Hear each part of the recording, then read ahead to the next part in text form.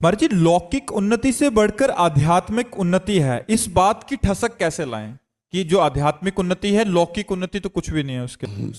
शास्त्रों का स्वाध्याय करो जिससे बुद्धि पवित्र हो, और खूब नाम जप करो जिससे संपूर्ण हृदय पवित्र हो।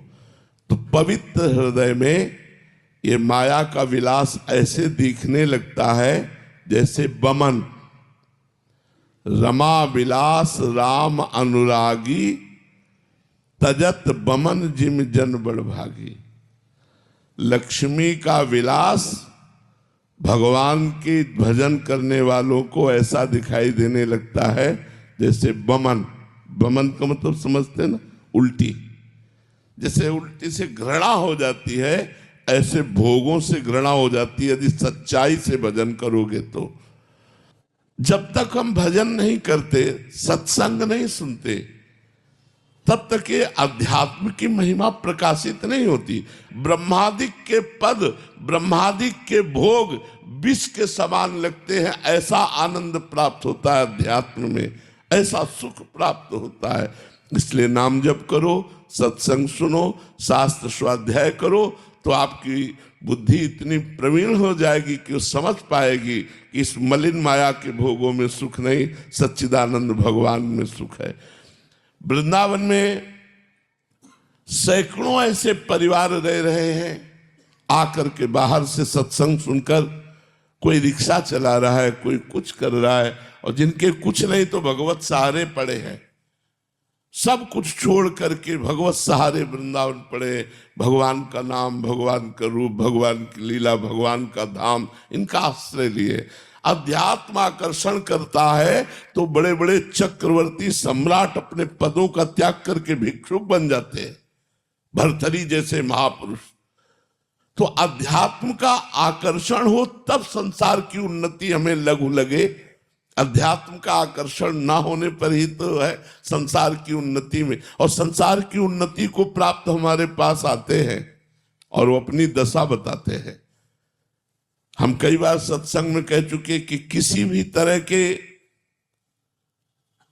मार्ग में चलते हुए लोग ऐसे नहीं है कि जो हमें ना मिले हों, चाहे वो ब्रह्म ज्ञान की हो, चाहे भक्ति ज्ञान की हो, चाहे घोर संसारी हो, सब मिले हैं। लेकिन दोनों में अंतर देखा है। एक तृप्ति की तरफ बढ़ रहा है और एक अशांति की तरफ बढ़ रहा है। जो भगवान के मार्ग में चल रहा है वो तृप्ति की तरफ बढ़ रहा है, और जो संसार की उन्नति में वो अशांति की तरफ बढ़ रहा है।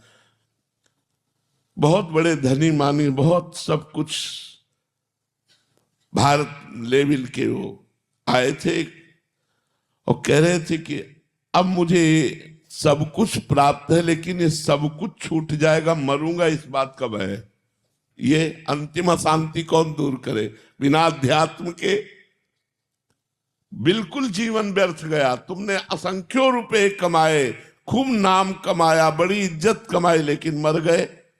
इज्जत और नाम शोहरत सब यही रखी रह गई, और आपने अध्यात्म में चले नहीं, भजन किया नहीं, तो 2 कौड़ी का जीवन, बेकार का जीवन, मृत जीवन।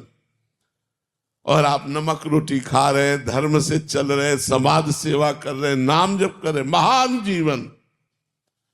तो सांसारिक उन्नति कोई जीवन थोड़ी है, आध्यात्मिक उन्नति जीवन है।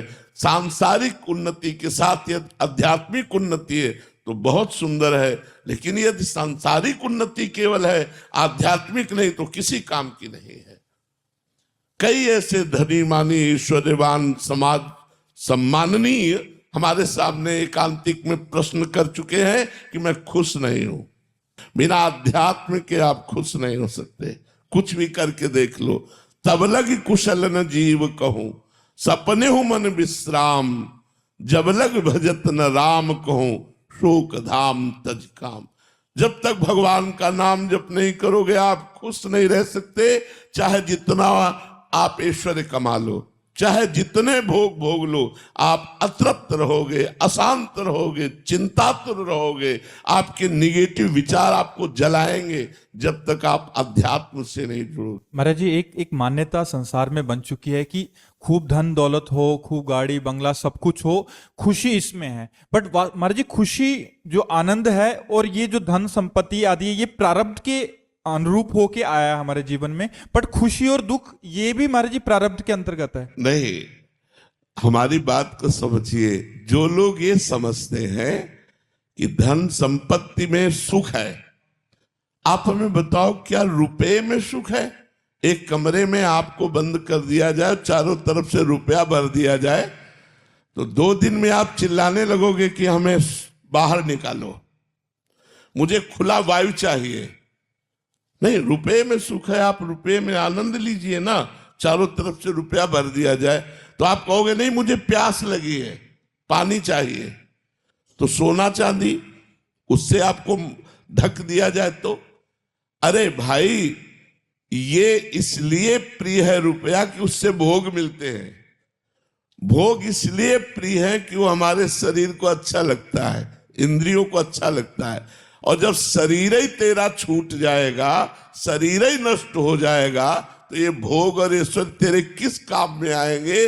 83,99,999 योनियों में जाना पड़ेगा, सुअर कुत्ता बनना पड़ेगा अगर हम भजन नहीं करते। ये विचार क्यों नहीं करते? यहाँ का ईश्वर, यहाँ का वैभव चंद दिनों का है। मान लो 40-45 वर्ष की आयु हो तो पता नहीं 10-5 वर्ष और जी लो, चाहे जितने रिश्ते बना लो, चाहे जितने करोड़ों जमा कर लो, चाहे जितनी बिल्डिंग बना लो, चाहे जितना वाहवाही करो, मरोगे तो सब यही रखा रहेगा, तुम्हें अगली योनि में जाना पड़ेगा। तो विवेकी वो है जो अगले कदम का विचार करे। ये तो जीवन बीता जा रहा है, मेरा अगले आगे क्या होगा, वो विवेकवान है। अविवेकी वो है जो आगे की बात न सोचकर वर्तमान के सुख दुख में सुखी दुखी होता है। हमें आगे का विचार। आध्यात्मिक उन्नति है क्या महाराज जी? निरंतर भगवान के चिंतन में डूबना, शरीर संसार के राग का त्याग कर देना, फिर जो सुख मिलेगा आप देख लेना। आप राधा राधा राधा रटने का अभ्यास करो, जो कर्म करो कृष्णार्पणम मस्तु कर दो, और फिर आप जीवन का लाभ देखो। 2 बातें पकड़ो, राधा राधा नाम जप करेंगे और जो कर्म करेंगे वो कृष्णार्पणम मस्तु कर देंगे, पर पाप कर्म नहीं करेंगे। बस फिर आप देख लो आपकी आध्यात्मिक उन्नति। ऐसा आनंद है, चिंता रहित, शोक रहित, एक आनंद में जीवन होगा। किसी भी परिस्थिति में आप डगमगाएंगे नहीं, किसी भी दुख में आप दुखी नहीं होंगे, किसी भी सुख में आप फूलेंगे नहीं।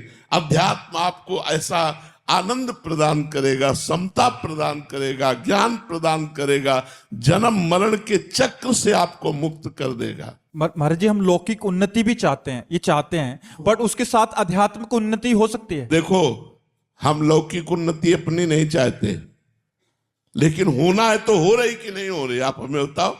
जो प्रभु का विधान है लौकिक उन्नति का, वो विधान है, वो श्रम करने की जरूरत नहीं, वो अपने आप होगा। श्रम करने की जरूरत है अध्यात्म उन्नति के लिए।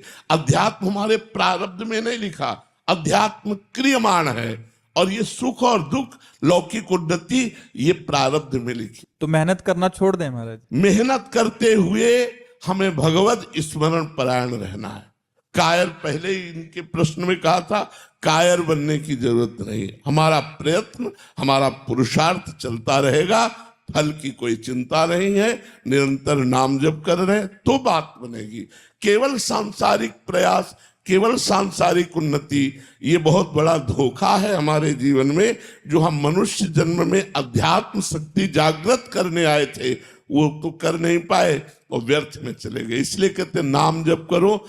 10 बार राधा राधा बोलोगे तो तुम्हारे भगवान की बैंक में 10 बार राधा राधा नाम जमा हो जाएगा, जो तुम्हारा काम बना देगा, तुम्हारा मंगल कर देगा। महाराज जी, नाम जप का प्रभाव पड़ता है बुरे प्रारब्ध पे? पूरे बुरा प्रारब्ध देखो ऐसा पड़ता है, चाहे जैसी बुरी परिस्थिति शरीर की आ जाए, उस समय भी आनंद बना रहता है। यह अध्यात्म। और जिसकी दोनों किडनी फेल हो, प्रवचन करे, दिनचर्या करे, जो दिनचर्या, ये अध्यात्म करवा रहा है। ये अध्यात्म बल के द्वारा हो रही, किडनी के बल से नहीं हो रही, गुर्दे के बल से नहीं हो रही, ये अध्यात्म बल से हो रही। तो अध्यात्मवान बनो, बड़े बड़े रोग संकट और विपत्ति के अवसर पर तुम कमजोर ना पड़ो, तुम उनको चीरते हुए निकल जाओ बाधाओं को, वही अध्यात्मवान है। अध्यात्मवान ही सच्चा सूरवीर है, जो अज्ञान को नष्ट करके और ज्ञान को प्राप्त होता है। इसलिए नाम जप करो, धर्म से चलो, अपने कर्मों को भगवान को समर्पित करो, कभी निराश मत हो, स्वस्थ रहो, प्रसन्न रहो।